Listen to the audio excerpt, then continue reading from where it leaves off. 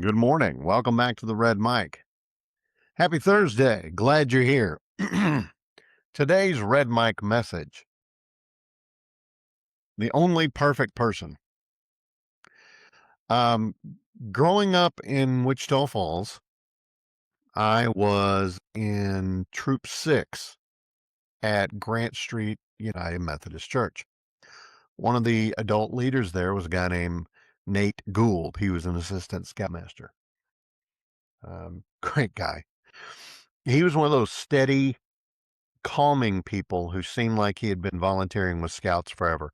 Quiet leadership, patient leadership, the kind that sticks with you years later. To this day, I still remember the lessons he taught me about a lot of things.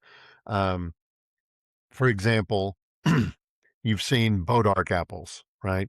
Horse apples. Those green,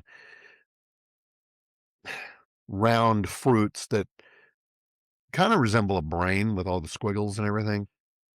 Um, they're also known as, like I said, horse apples or Bodark apples. They actually come from the Bodark tree.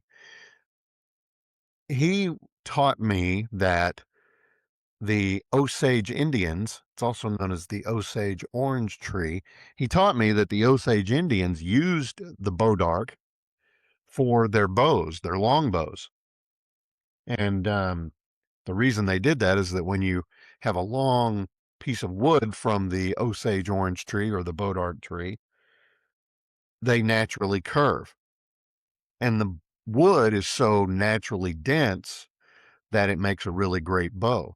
Well, he also taught me that ranchers along the Red River Valley, where the Bodark tree grows freely, they discovered that because it was so dense, it didn't rot very quickly. So they used them for their fence pickets. So a little history about North Central Texas. You'll be going along and you'll see, barbed wire fence and stuff like that. Chances are a good number of them have Bodark fence posts. Anyway, a little bit of a divergence, but you know, Mr. Gould, credit to the man. Um, if we made a mistake, he had a way of putting things back into perspective. He would say some version of this: there was only one perfect person. It's not me. He was crucified. That was it. He didn't scream. He didn't yell. He didn't humiliate anybody. He didn't act like one mistake was going to define your entire future. He just added perspective.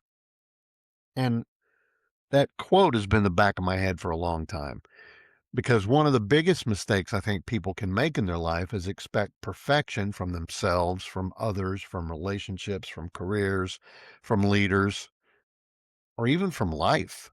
Life was never designed to be perfect. You're going to make mistakes. You're going to have setbacks. You're going to face problems you didn't create, situations you can't fully control. Sometimes you swallow hard and you keep going. That doesn't mean that failure defines you. It means that you're human. And one thing Mr. Gould understood better than a lot of leaders do is that people grow a lot more from grace than they do from humiliation. Now, that doesn't mean you get rid of your standards. It doesn't mean that accountability goes away, but humility matters. And too many people in leadership positions act like admitting a mistake somehow weakens them.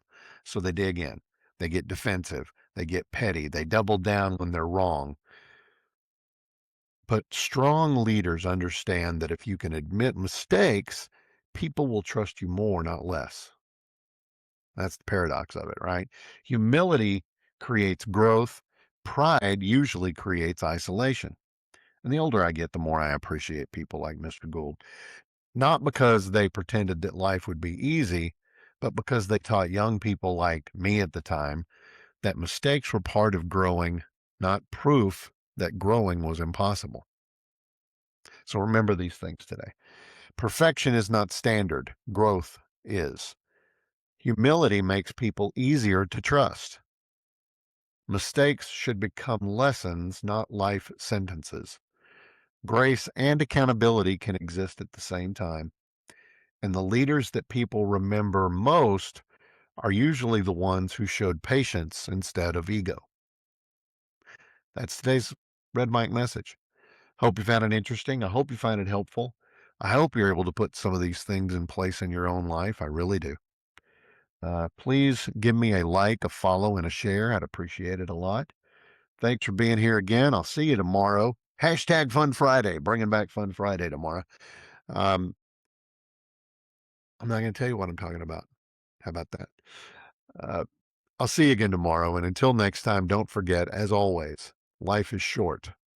Drink the bourbon.